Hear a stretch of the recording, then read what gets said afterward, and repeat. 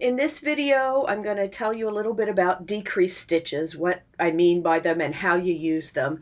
Then I'll demonstrate the knit two together or slip slip knit yarn over combination, and also the knit three together yarn over combination.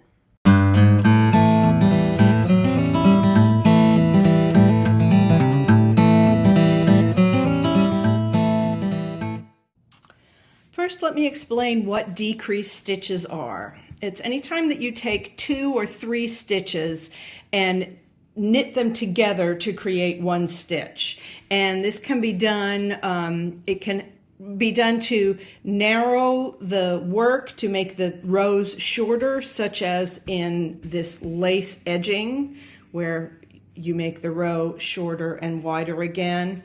Or it can be used to make lacy patterns like this, or to create other textures, such as in this piece where we see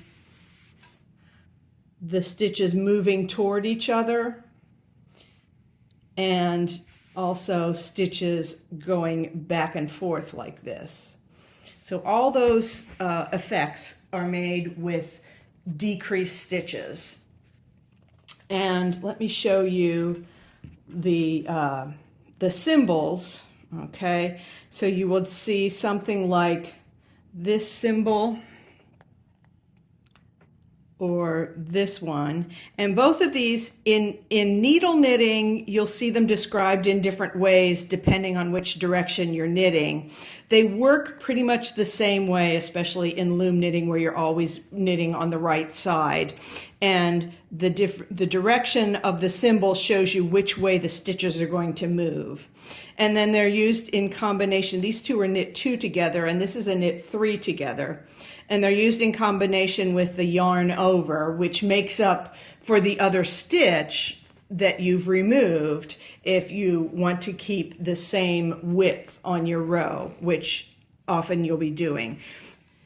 This is the chart I'll be using for the next few videos. I will put a link in the comments. You can get it for free at my Ravelry store. And let me show you a few things about it. Notice the colored bars on some of the stitches. That's where I will put the stitch markers on my loom so that I can keep track of where I am in the row and where the important things happen in the pattern. Notice also there are some rows of garter stitch at the beginning, and they're also at the end of the chart.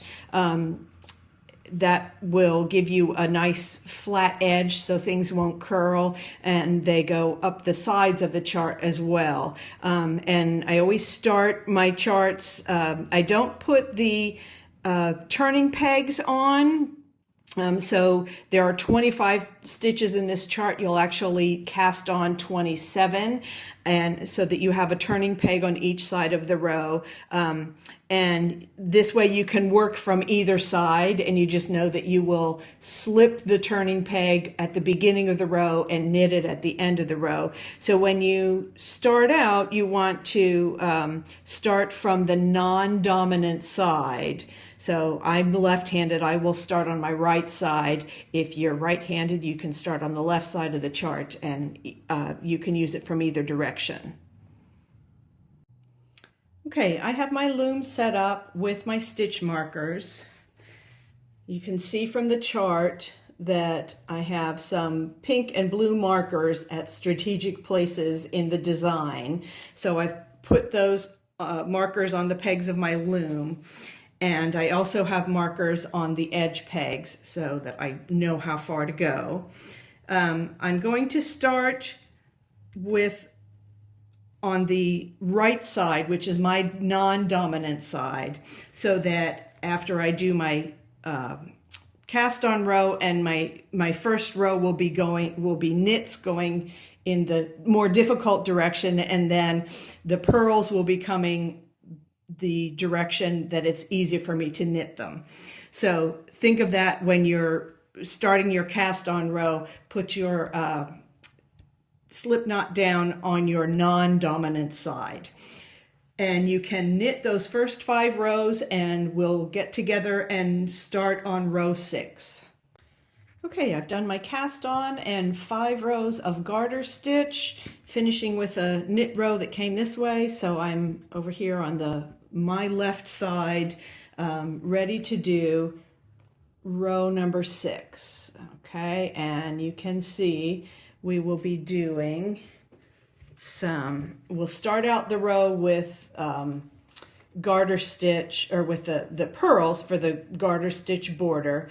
Then we have a knit to the back loop, or twisted knit, or E-wrap, and that just kind of sets off the edge of the pattern.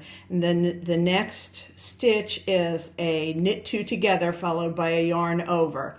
And you can see from the way this symbol is leaning that the stitch is going to move this way. So I'll show you when we get to that part of the pattern. So we start with our few stitches of garter border. So those are pearls going this direction, where it's easy to do the pearls. And often these patterns have their complicated stitches every other row, so it is usually easier to set up so that your complicated stitches are going that way, because most of the time it's easier to knit away from your dominant hand. So we are at the pink stitch marker, that's the twist stitch, and the following stitch is a knit 2 together. So what I'm going to do is take the next stitch and move it over onto this peg.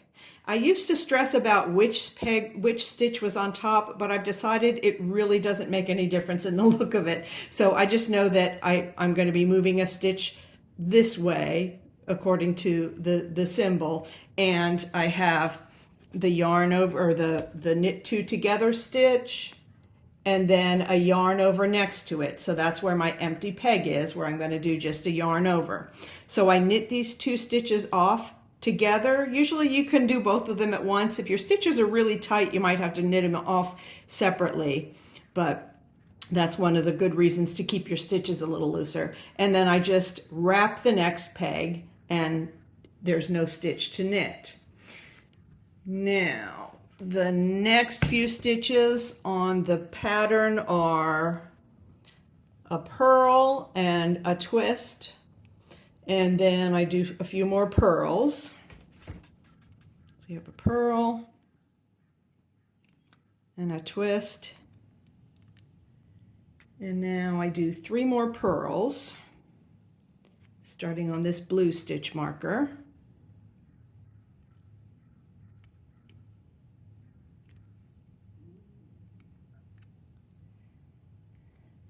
And the next thing in the pattern is this combination of a yarn over, 3 stitches together, and another yarn over.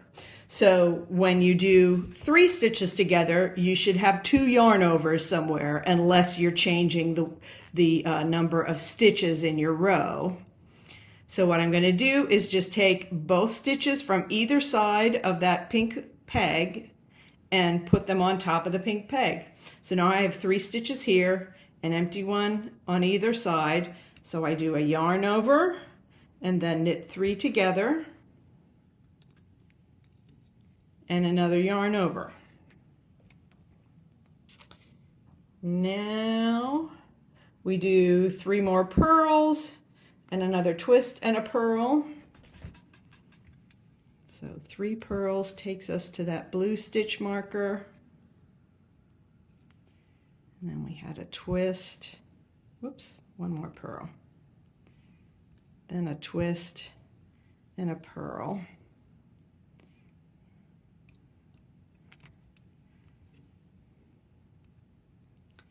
And now we are at another yarn over 2 together combination. This time the yarn over comes first and then the 2 together. Notice it leans to the right, so we're going to move the stitch here from this peg over to the right.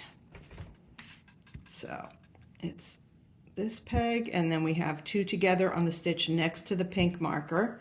And this time you just do your yarn over first and then knit both stitches off. And then we finish the row with, let's see, a twist and then 3 purls.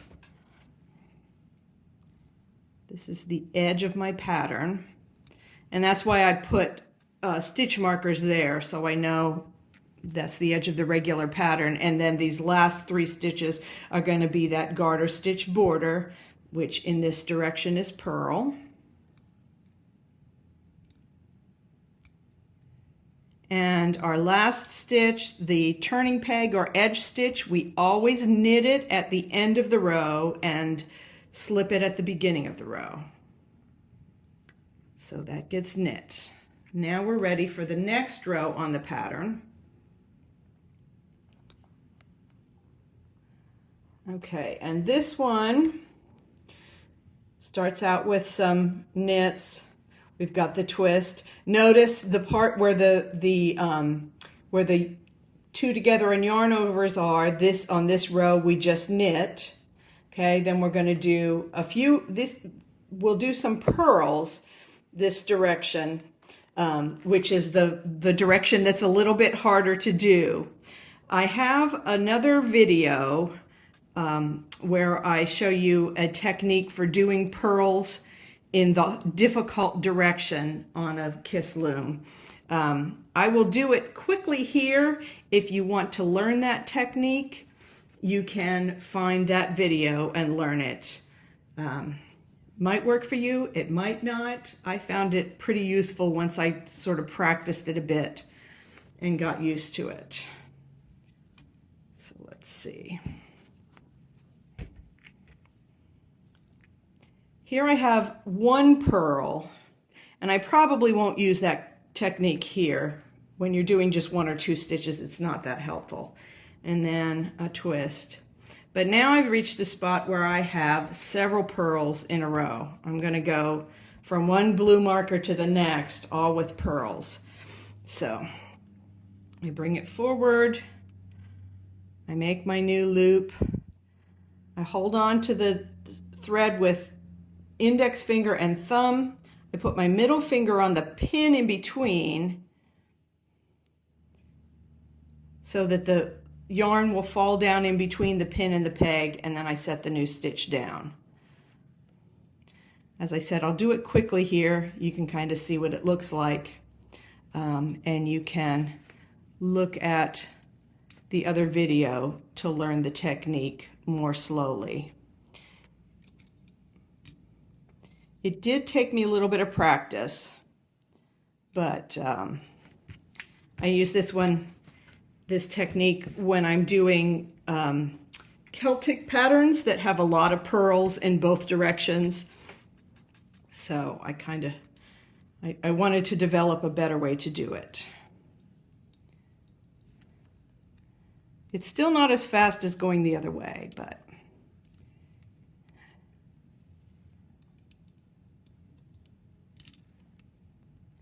okay, I've reached that purl, and then I think I'm looking at the pattern, and I have a twist, and another purl, and here are the 2 stitches where the yarn over, and I'll show you that. Okay, so you can see there was a yarn over in the last row. There's that hole there. And you can see the 2 stitches that were knit off in the other one. That's one thing when you're doing these complicated patterns, if you do have to go back and either figure out what row you're on, or if for some reason you have to tear out some stitches, you can identify the different stitches and where there are yarn overs and things. And that helps you to find your way back to where you should be in the pattern. So these last few stitches, this is the garter stitch border again. So I knit those, and then my turning peg, I'm going to knit at the end of the peg, and I slip it on the next row. So I would suggest that you continue to knit through this this pattern up to row 17. The next video I do will show you how to do knit two together stitches when there are more stitches between the decrease and the yarn over. So I hope you're learning from these videos, and I'll see you in the next one.